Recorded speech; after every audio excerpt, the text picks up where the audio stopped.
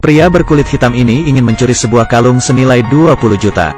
Namun saat di acara lelang, ia menawarkan harga sebesar 33 juta. Saat pihak penyelenggara melihat seluruh aset si pria itu, ternyata totalnya berjumlah ratusan juta. Mantap! Saat itu, seorang pria tua menawarkan harga sebesar 40 juta. Tak mau kalah, pria hitam itu segera menaikkan harganya menjadi 41 juta. Melihat semuanya terdiam, ia pun berkata lagi, "Tuan, nampaknya kamu sudah mencapai harga tertinggi.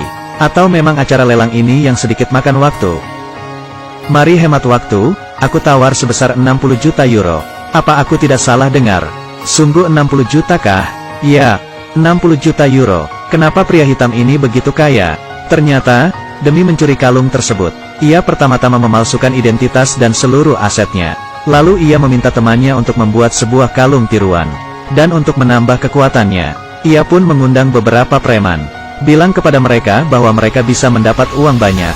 Mereka tidak percaya. Ia pun segera memberitahu mereka rencana pencuriannya itu. Sebelumnya, ia sudah pernah masuk ke ruangan itu. Di sana sangat ketat penjagaannya. Siapapun tak terkecuali, harus melewati tahap pemeriksaan. Mendengar perkataannya, para sekongkolnya itu pun menyetujui rencananya. Dengan cepat, hari lelang pun tiba. Pria itu masuk ke acara lelang dengan berpura-pura menjadi orang kaya. Sedangkan temannya yang lain berpura-pura menjadi petugas kebersihan. Dan sisa 2 orang menjadi petugas keamanan. Temannya itu datang diam-diam ke ruang pengawas, mematikan semua CCTV yang ada. Setelah mengetahui semua sudah aman, pria hitam itu lalu beraksi dengan dalih ingin melihat kalung dari dekat. Tunggu. Kau lumayan profesional juga, ya.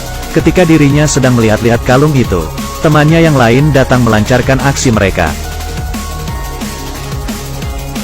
Mereka menangkap dirinya dan sales kalung itu, mengikatnya, lalu membawa kalung itu pergi. Tak lama kemudian, polisi pun datang. Mereka membebaskan si pria hitam, saat dirinya baru akan beranjak. Jangan bergerak. Kau ingin cek pakaianku?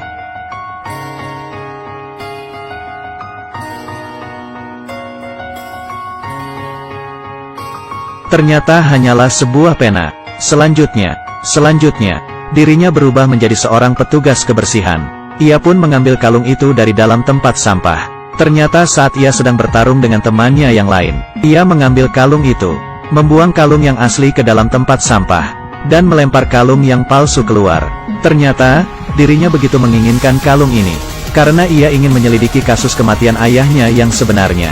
Saat dirinya masih kecil, ayahnya pernah dipenjara karena kalung itu, dan ayahnya pun bunuh diri. Dan satu-satunya clue tentang kematian ayahnya ada di tangan sahabatnya saat dipenjara. Sebut saja si Kuat. Dan rencana selanjutnya adalah menyelinap masuk ke penjara, dan meluruskan semua kebenaran. Meski dirinya tidak bersalah, ia tetap harus pergi ke penjara, demi mengungkap kebenaran akan kematian ayahnya itu.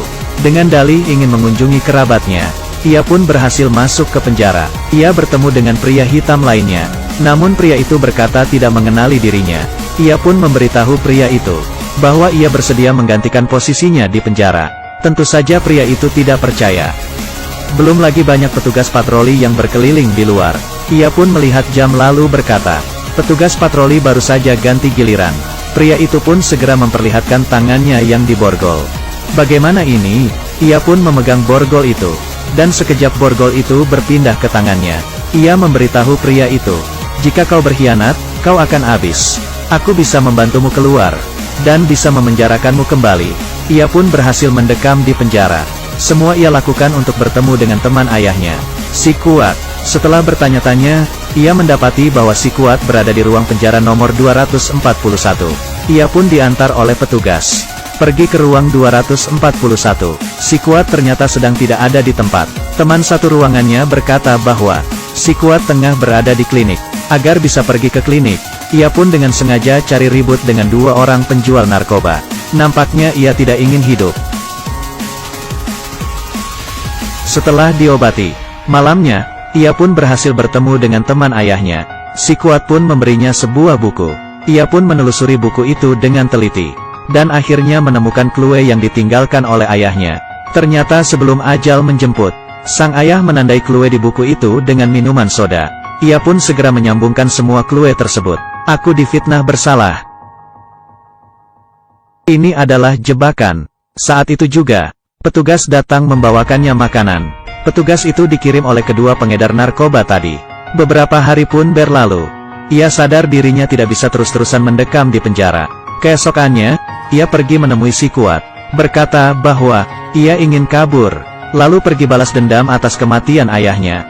Karena ingin kabur, yang ia lakukan pertama-tama adalah pura-pura bermain basket. Selagi orang-orang tidak memperhatikannya, ia mencabut jaring ring basket di sana. Lalu kembali pergi ke klinik, dan mencuri sebotol obat asma. Untung tidak ketahuan. Malam harinya, kedua pengedar narkoba itu awalnya ingin pergi menghabisi si pria hitam. Namun tak disangka, ia mendapati pria hitam itu mati gantung diri. Dokter pun bergegas datang. Namun saat itu detak jantungnya telah berhenti. Ia pun dimasukkan ke dalam kantong mayat, dan dimasukkan ke dalam ambulans. Namun di tengah perjalanan, ia tiba-tiba siuman. Bagaimana ini bisa terjadi? Ternyata sebelum menggantung dirinya, ia memakan beberapa pil obat asma itu, agar jantungnya berhenti berdetak. Dan berkat jaring basket di tubuhnya, dirinya pun tidak tercekik oleh tali. Saat ambulans tengah berhenti, ia pun berhasil keluar. Berikutnya adalah aksi balas dendam. Ternyata ayahnya dulu adalah supir dari seorang konglomerat. Namun majikannya itu telah kehilangan kalung senilai 20 juta tadi. Lalu menuduh bahwa ayahnya lah yang bertanggung jawab. Orang-orang kaya itulah yang menjadi sasaran dirinya. Keesokan hari, ia pun memulai aksi balas dendamnya. Pertama-tama ia mencari seorang wartawan pensiunan, meminta semua catatan hitam si orang kaya itu, dan menyebarkannya lewat berita-berita di televisi. Tak disangka, acara TV itu telah dibeli oleh si orang kaya. Ini membuat dirinya sangat jengkel. Untung saja dirinya telah terbebas dari penjara. Namun yang sangat disayangkan, wartawan yang memberitahu catatan hitam si orang kaya kepada dirinya, telah dibunuh malam itu oleh ajudan si orang kaya. Tak bisa buat apa-apa, ia lalu membawa kabur semua keluarganya. Namun di atas kereta, ia mendapati seorang pembunuh tengah mengikutinya. Lalu ia pun mengirim SMS kepada polisi yang tengah mengejarnya itu. Berkata bahwa dalam 10 menit dirinya akan tiba di stasiun, menggunakan jaket berwarna krem. Kemudian, kereta pun tiba di stasiun. Ia berjalan di depan si pembunuh, dan polisi pun menangkap si pembunuh yang menggunakan jaket berwarna krem. Dirinya juga sempat mencuri beberapa berlian dari kantong si pembunuh. Ia pun berhasil mengalihkan tuduhan kepada pembunuh keparat itu.